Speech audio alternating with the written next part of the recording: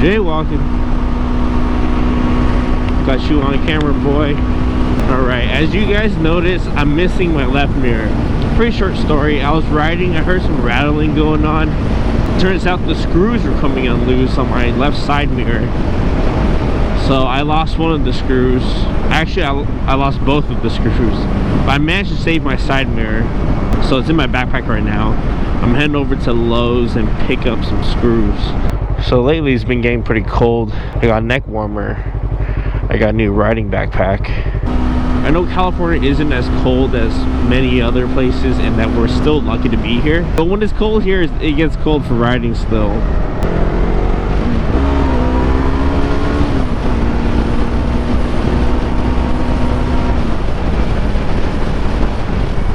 I'm so tempted to just get block off plates for my R3 and just use like little side mirrors right here. I just like the look of it. It's been a while since I did one of my vlogs. I've been lately just riding with friends. It feels nice. It really does. It feels nice to finally, or just be able to do a vlog by myself. I mean, that's where I started, right?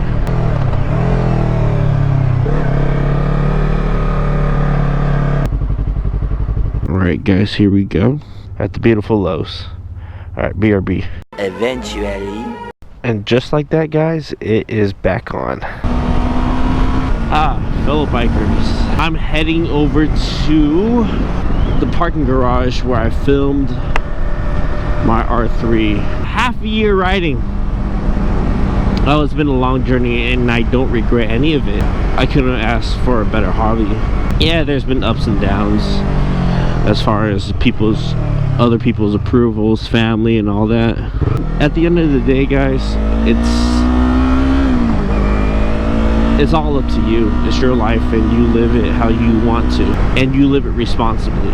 So anything that you do that's life-threatening, understand the consequences and do your best to minimize anything that could cause you harm. More nice bikers. Are they construction? I saw a construction sign. Does that mean I can't bring my bike up there? No!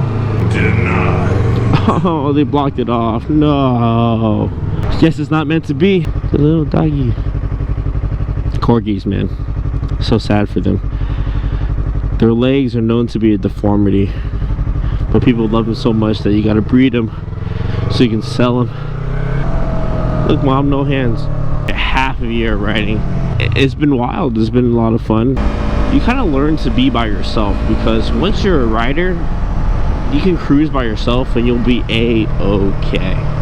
If you guys ever go back on my new rider thoughts, that's like probably my second month of riding. I'm still brand new to the streets of motorcycling and it's been a lot of fun.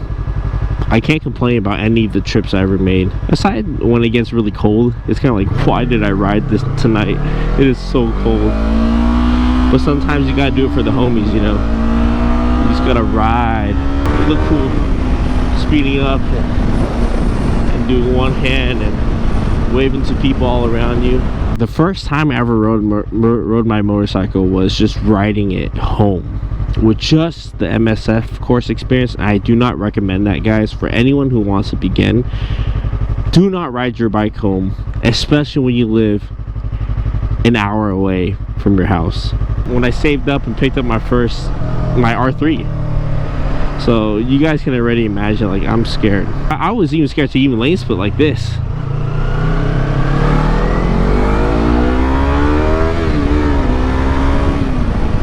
That was scary to me, but now I'm just doing it like a beast. One, because I'm on an R3, and two, I've trained enough to where I'm very comfortable lane splitting.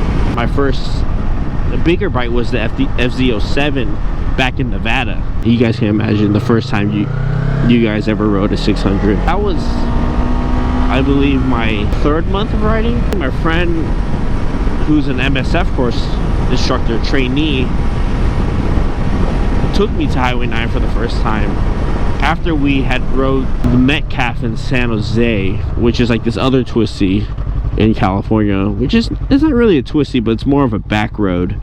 And that's my first twisties ever, when I started to learn how important it is to really lean on your bike and how much tread your bike does have, essentially, because to the naked eye you're just scared to even lean because you feel like you're in the low side.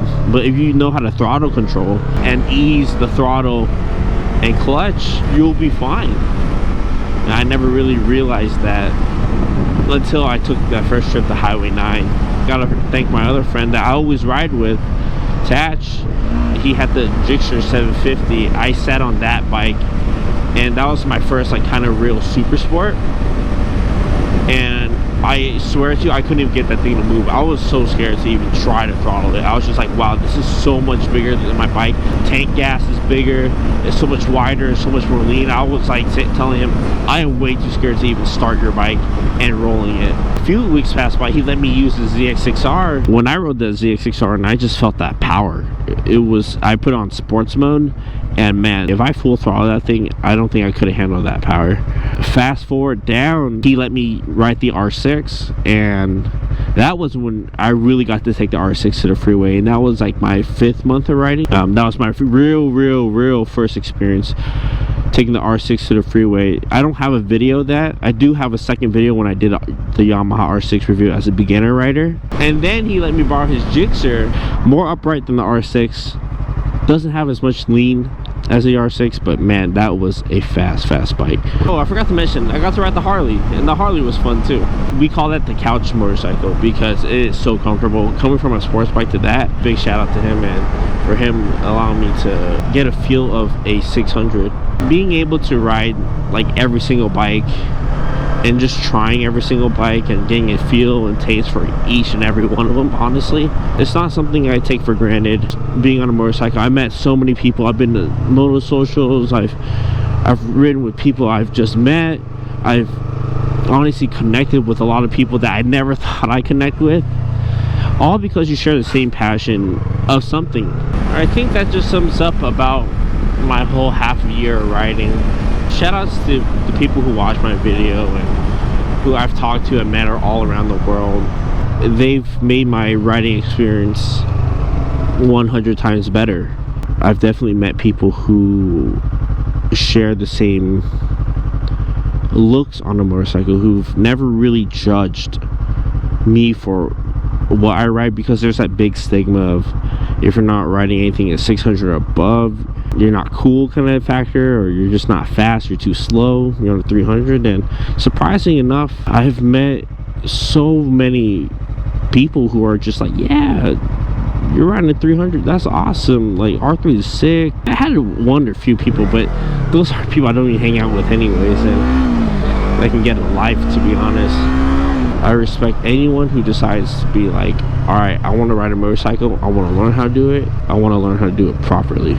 That sums up everything I wanted to talk about my half-year review on riding bikes, and I really hope to meet more of people and more of you guys all across the world. And thank you for being fellow riders, and thank you for anyone who watches this video without even riding and appreciating the content of another motorcyclist.